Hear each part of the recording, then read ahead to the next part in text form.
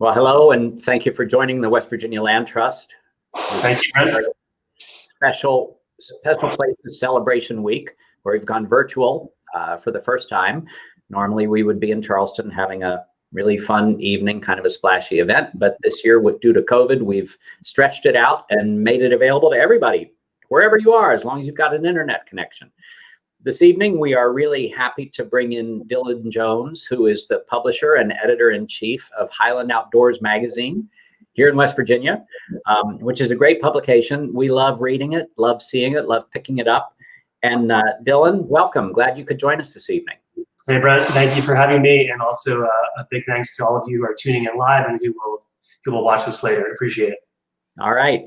Well, I think that, folks are always interested in some kind of an enterprise that takes hold and has success. And I think you have been really creative and timely and intuitive about the way you have created this magazine. So can you just describe it a little bit and how it has come about and what kind of results you've seen? Yeah, sure. So Highland Outdoors is a magazine that my fiance, Nikki Forrester, and I own and publish from our home here in Canadian Valley. I've been involved with the publication since, let's say, about 2014. So it was started by Eric Lee, who's a Morgantown resident in the Cheat Lake area. And he started as a magazine called Cheat Canyon Adventures. And then he acquired the New River Gorge Adventure Guide and then rebranded as Highland Outdoors. I wrote my first piece for them in 2014.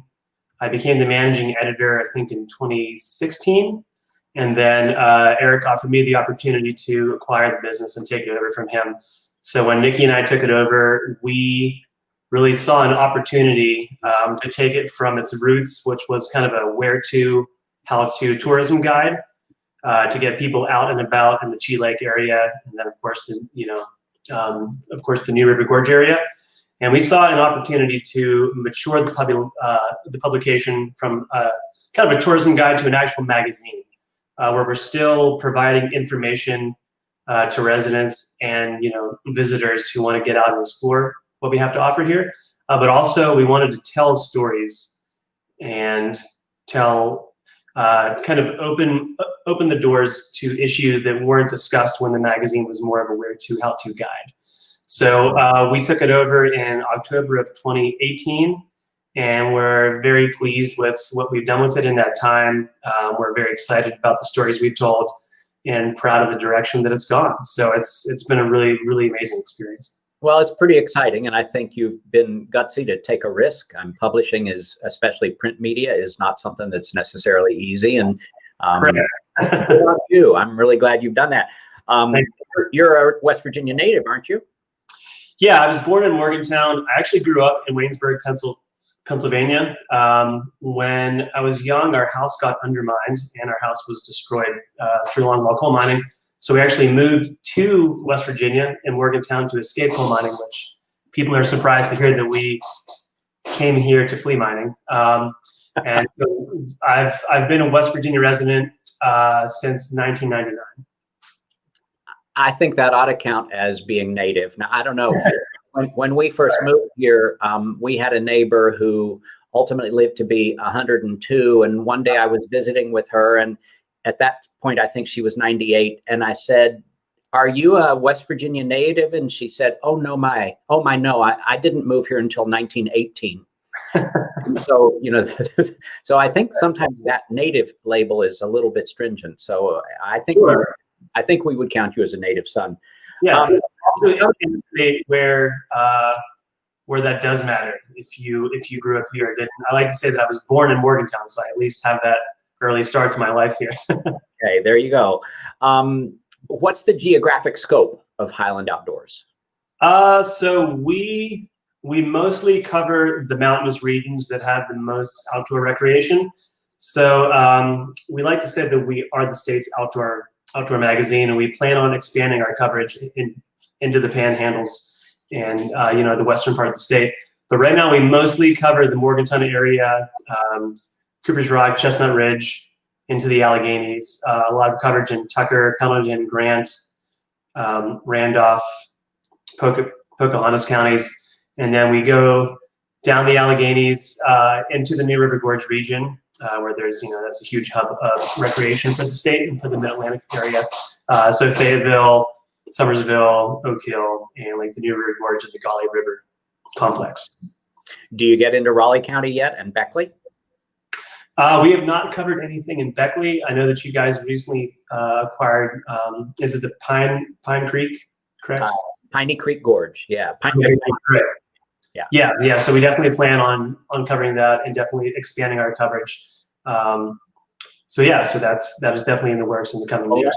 Let us take you there. There's a lot to be proud of down there. There's a lot of action going on with recreation there. That's great. And so how do people get Highland Outdoors? Yeah, so it's 100% ad funded, and we distribute it free. We distribute it around the state in about 110 locations currently. Wow. We have racks on the rest stops and West Virginia welcome centers on the 81, 68, and 79 corridors, and we have racks and rest stops along the highways there. And then we distribute a lot of magazines in Morgantown, Tucker County, areas around Snowshoe, areas around Fayetteville, and we're always looking to add more places. So it's hard for us because we actually distribute it ourselves. So my fiance and I pretty much do the entire magazine outside of the contributor content. So we write, publish, mail, distribute, sell the ads. Normally when you see a magazine, the masthead might have a staff of 10 to 20 people. We're just 2. So we try to make it work, and we would love to add some stops. So if there is anyone watching this who owns a business or knows a place that might want to carry Highland Outdoors, send us an email. We would love to send it out. Okay. And how about an online presence? Yeah, so we also have a website, highland-outdoors.com. We publish exclusive content on there. We do digital versions of our print articles, and we also publish our versions of our print magazine on the Issue platform, which is an interactive reader that allows folks to go on and like essentially graphically flip through the print magazine. We're actually getting a new website developed right now with Veriglass Media, which is now here in Tucker County, and we plan on launching the new website in the coming month or 2. So definitely keep an eye out for that. It'll be crisp and clean and new and awesome. A lot going on. Are you able to track people, other than the print distribution, are you able to track where your hits come from on your website in terms of where people are based? Yeah, we are able to do that. I don't put enough time into that. I have looked in the past, and I think like 80 to 90% of our readership is in state on the website. But once again, we do the whole thing, so I haven't had time to do a deep dive into the Google Analytics. Right. Well, I mean, I think that it's interesting too. You drive through the National Forest or the state parks or any of the places in the Highlands, and you look at license plates on cars, and you see a predominance often of out-of-state license plates. And I'm always heartened when I see a high proportion of West Virginia plates, but it does seem like this is a playground for a lot of people from away who come and really enjoy it. And I hope you tap into them. Yeah, we just did a backpacking trip in the Cranberry Wilderness over Labor Day weekend, and I think there were maybe 10 or 12 cars at the trailhead that we parked at, and I think 3 of them had West Virginia tags. So it's definitely a hot spot, and it's been interesting in the early summer when I guess, if you want to use the phrase, lockdown ended.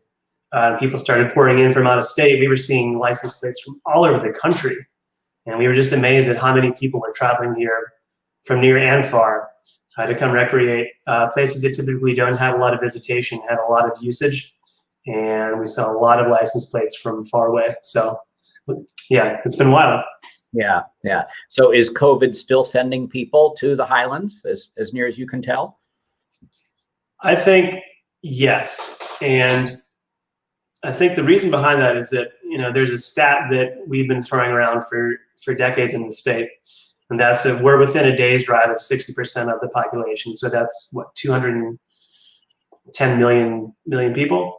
And I think we're feeling the weight of that statistic during the COVID pandemic.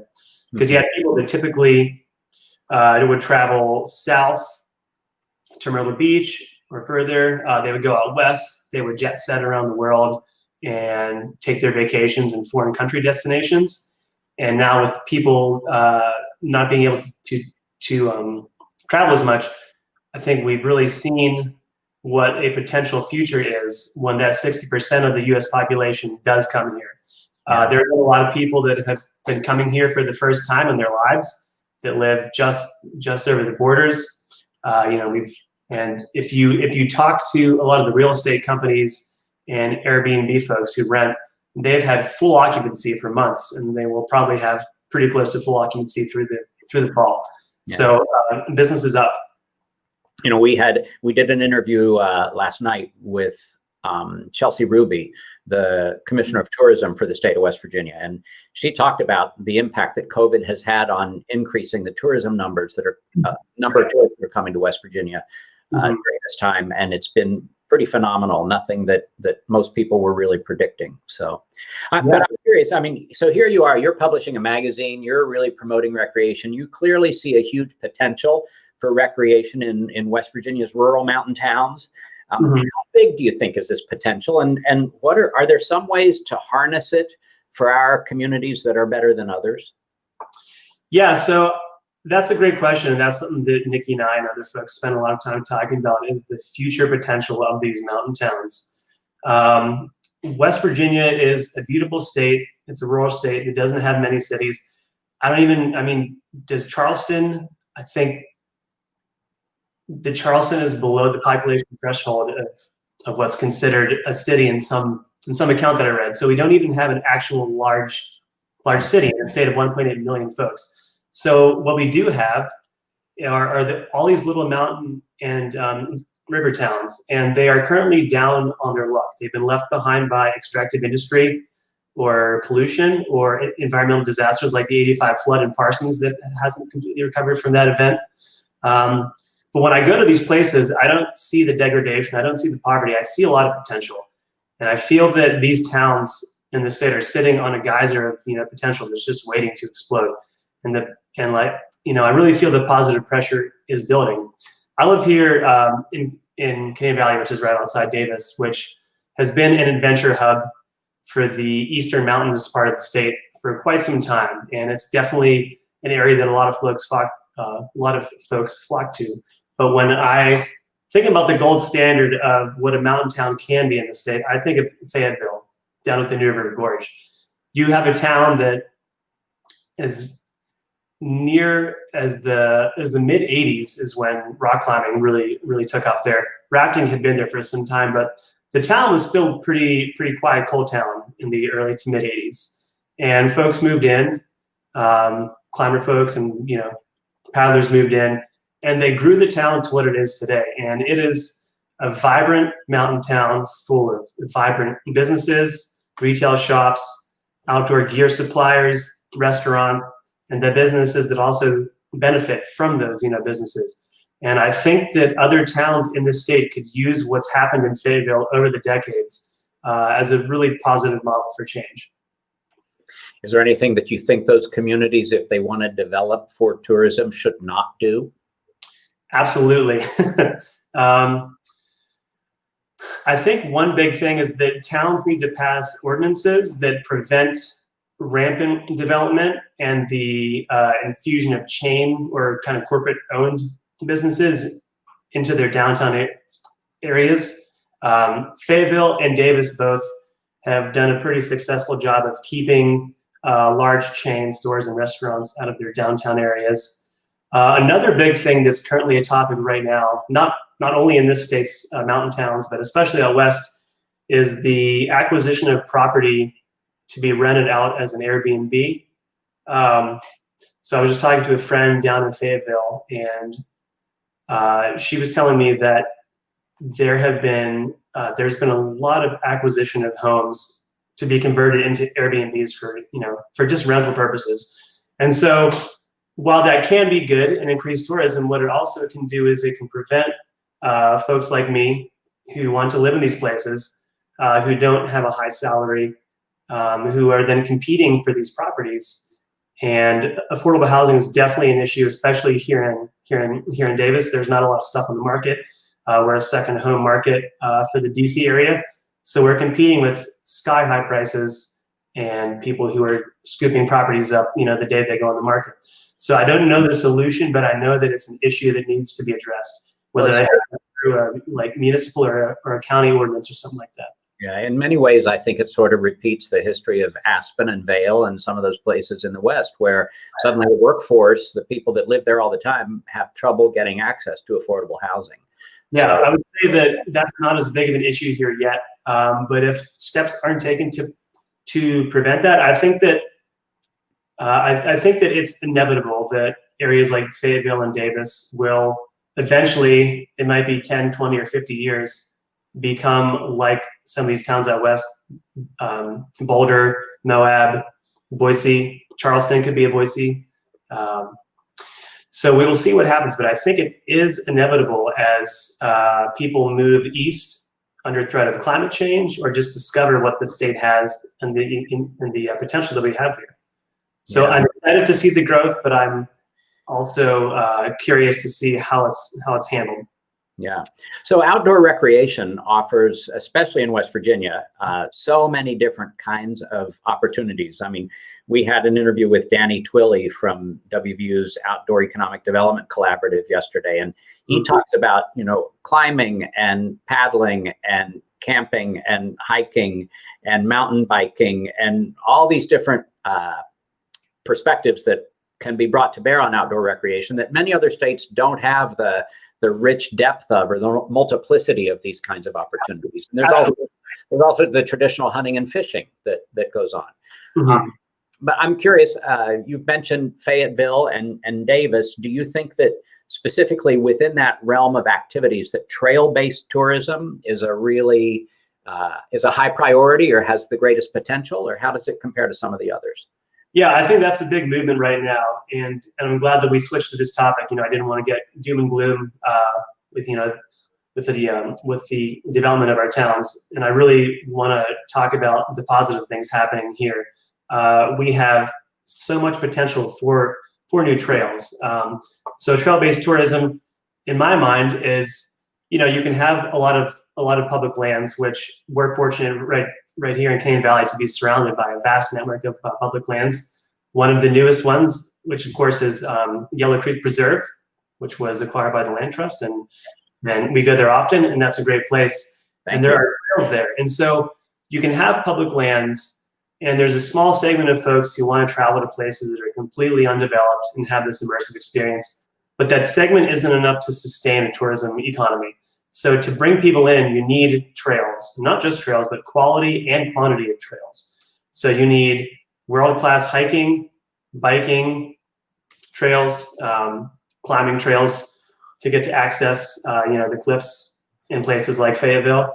And to do that, you need to have infrastructure in place to not only build these trails, but maintain them and have facilities like parking, restrooms, access, signage, and of course, as you guys know, that costs a lot of money. I think people are surprised when they hear how much it costs to build basic infrastructure and facilities for this kind of trail-based tourism. And there's some exciting things happening here. One thing I really like to talk about is the Cheat River Water Trail, which it's fun because you think a river's not a trail, but if you get on a boat, then all of a sudden you're on a trail. So Friends of Cheat did a really great job of taking the Upper Cheat River main stem area, starting in Parsons, and I forget where the water trail ends, but it covers quite a distance of the river's mileage, before you get into Rollsburg, and that's where the rapids start. But they took this stretch of river, of course the river existed already, and they put in signage and they established access points and they made a website that can direct people of how to experience the river in various capacities. And now you've got this world-class resource where people can go and have an overnight trip or take canoes or take their families out and use these access points and have a really, really awesome experience. So let me ask, let me just interject. Have you been on the Cheat River float that the Land Trust sponsors with the Cheat River Water Trail? One thing about the magazine is we always have a book schedule. Every single weekend's an event or some kind of thing that we have to be somewhere. And so we have not been able to go underneath the Cheat or a Land Trust float yet, but it's high That's it. Yeah, thank you. Well, I got to say that's one of the things that's been so interesting to us is the first year we did it, we partnered with the Cheat River Water Trail folks, and it was Meet the Cheat. We just wanted to encourage people from the area to get out. First year we advertised it, and the Land Trust sort of organizes the registration and makes sure that people can get their rental kayaks and all the things that they need. And we work with Blackwater Outdoor Adventures, which is just really great company in St. George. We had about 75 people show up. Well, fast forward 4 years later, and we had 300 people on the river. It's like a flotilla. It's an armada of people going down this river. Yeah. And people are from Morgantown, which is not that far from the put-in area, and they say, I've heard of the Cheat for many years. I didn't know where to go to get into it. You've made this easy. This is one of the most beautiful places I've ever seen. And it is spectacularly beautiful. I mean, the upper Cheat is really great. And you don't have to be real skilled to get on it and enjoy it. So yeah. But then if you have skill, then you can go down, the next stretch is the Cheat Narrows, and then you've got the canyon. So you've got three very different versions of the same river that appeal to a wide swath of paddlers. And it's just a killer resource for the state. I'm so glad that FSC has done what they've done to clean it up. Yeah, Friends of the Cheat has been a really good partner with us too. Then in addition to the water trails, how about the Mountaineer Trail Network? Do you see that as a model? Yeah. So that my really good friend and associate director of FSC, Owen Mulkeen, he is on a steering committee that is doing some work with the Mountaineer Trail Network. And so the state passed Senate Bill 317, I believe, a couple sessions ago. I don't know the exact year of the session. But what that bill did was it established the ability for counties to band together and create these countywide commissions to build these to build these trail network authorities. And so what that does, and the biggest thing about that, and the biggest piece of the legislation is that it alleviates landowners from liability. Excuse me. So if you're a private landowner and you want to be involved in a trail network and either have a trail on your land or have it pass through, you can do so without fear. And so that's a big step in working toward kind of what they have up in Vermont with the Kingdom Trails, which is a huge piece of tourism for that. So that has a similar legislation. I think that SB 317 might have been modeled off of that. There's also the Mountain State Trail Authority down in the New River Gorge region, and that already exists. And that I think was also banded together under SB 317. So you see these different authorities forming to build these trail networks in these different parts of the state. And I think that when you can get several counties involved and increase the connectivity of trails and build new trails, that really will bring people in from out of state to come and have these world-class experiences. Yeah, great. Let me just highlight too that I don't know if you've heard, but the Land Trust has recently acquired a parcel on the Elk River, and we'll be partnering with the Elk River Water Trail folks to develop a kayak or canoe put-in on a nice water trail, but it has sort of needed a midpoint between two existing takeouts. And so we'll be doing that. I haven't heard that yet, so that's awesome.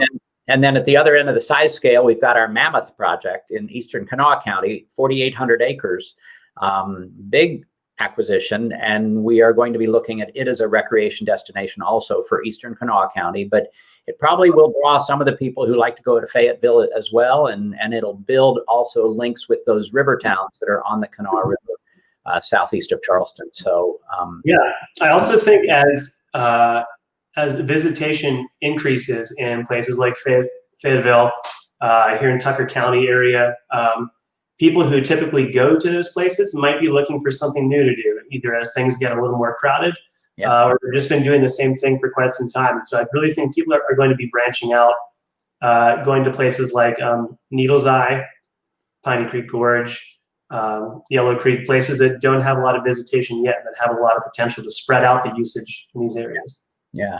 So let's just shift a little bit and talk about where you think West Virginia, how it becomes competitive to some of these other mega destinations for outdoor recreation. I mean, places that are already well known and that you think we can be competitive with.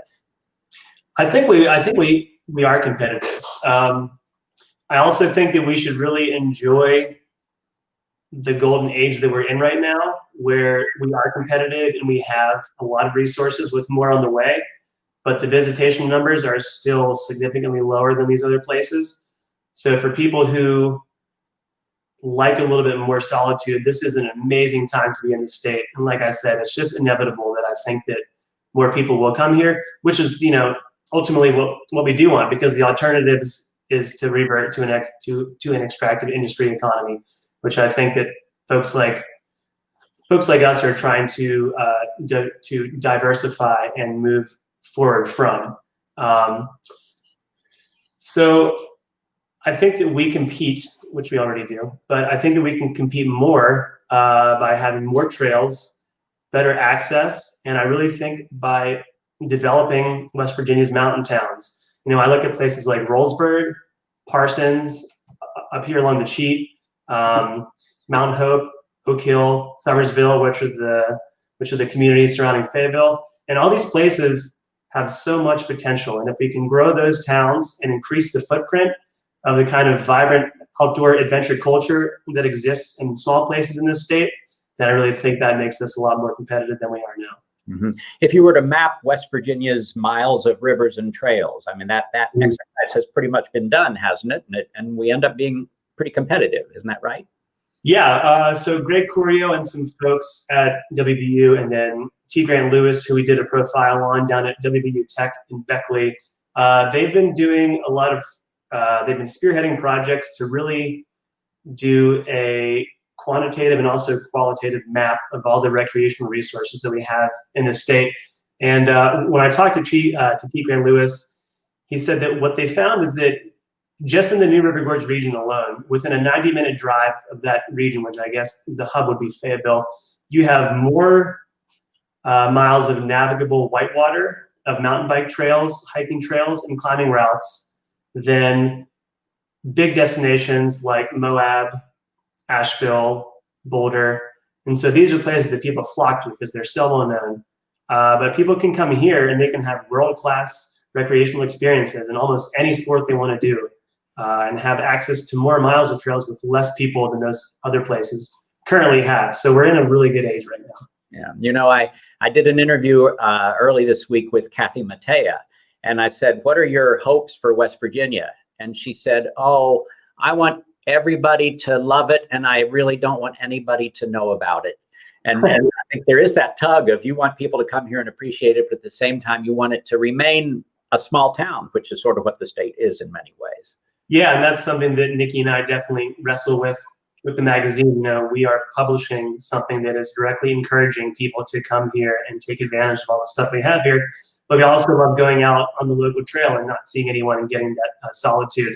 And when we do see someone, it's usually someone that we know. So we're really embracing that experience now, but we will also be extremely welcoming to new folks that want to come and experience this place. And hopefully more people who see the potential of the outdoor adventure recreation economy here will also move here. And so that's the big thing too, is I think casting the state in a positive light and having enough progressive policies in place that people want to move here. Everyone always talks about the brain drain and the exodus, but I don't want to live anywhere else. And I know a lot of folks who feel the same way. And so we are hoping that more folks will see what we have here and move here and help improve these areas that we already love so much. Yeah. I think that one of the issues with rural areas and with adventure sports is that in some cases, you'll find that those adventure sports are really enjoyed by people who are not residents of the local areas. But I think that we have seen trends in just the last few years, specifically with mountain biking, where now you've got middle schools and you've got community teams of mountain bikers that have gotten underway, and it's becoming a sport of our local kids, as well as something that for a long time has attracted people from far away. And it seems that mountain biking is becoming more broadly accepted as a recreational opportunity, even by some of our state agencies. Right, yeah, so I'm very stoked on this because I'm an avid mountain biker. And that's part of the reason that we moved up here to Canaan Valley, just for the rugged nature of the trails here. And it is a great time to mountain bike in this state. There's so much exciting stuff going on. Everything from the IMBA Ride Center designation down to the snowshoe area. So that's the first for the state. And also the state park, the state park system is really embracing mountain biking, and they see the writing on the wall. They see how much it can bring in. They know that people who mountain bike travel and have expendable income to come to this state, not only stay in the state park system and provide revenue there, but spend money in towns, these like gateway towns to these state parks. So I'm really excited to see the state park system embracing that and building trails in places like Kekapin, Watersmith, places like Valley Falls and Blackwater Falls State Park have historically had mountain biking for quite some time. And I think that there are some great things happening there. Yeah. All right. Well, Dylan Jones, publisher and editor-in-chief of Highland Outdoors. I love what you're doing. I love that you're so immersed in it as an obsession, that you are a practitioner and a writer about it, and you're bringing it to the people, and you're really promoting an important sector in the economic future of West Virginia. Thank you for all that you do. Thank you so much. Appreciate the kind words. All right. Well, we're readers, and also to all of our I beg your pardon? I was saying thank you to all of our readers and to our advertisers as well. Yeah, absolutely. Okay. You have a good evening. Thanks, Brent. You bet. All right, folks. That was Dylan Jones. He's a bright light. He's promoting something that's really important about our resources and our assets here in West Virginia. I hope that you'll look for Highland Outdoors, whether it's online or in a community. I hope you'll also look for ways to support the West Virginia Land Trust so that we can make more conservation happen. Certainly the Yellow Creek Natural Area in Tucker County is an important mountain biking destination, and Dylan goes out and rides to Moon Rocks himself. So if you're able to get online at wvlandtrust.org/donate, you'll be able to contribute to the way that we continue to protect more places in West Virginia and get conservation happening and recreational sites available to many of our rural communities. Thank you for your help. Thanks for tuning in this evening. Have a good evening.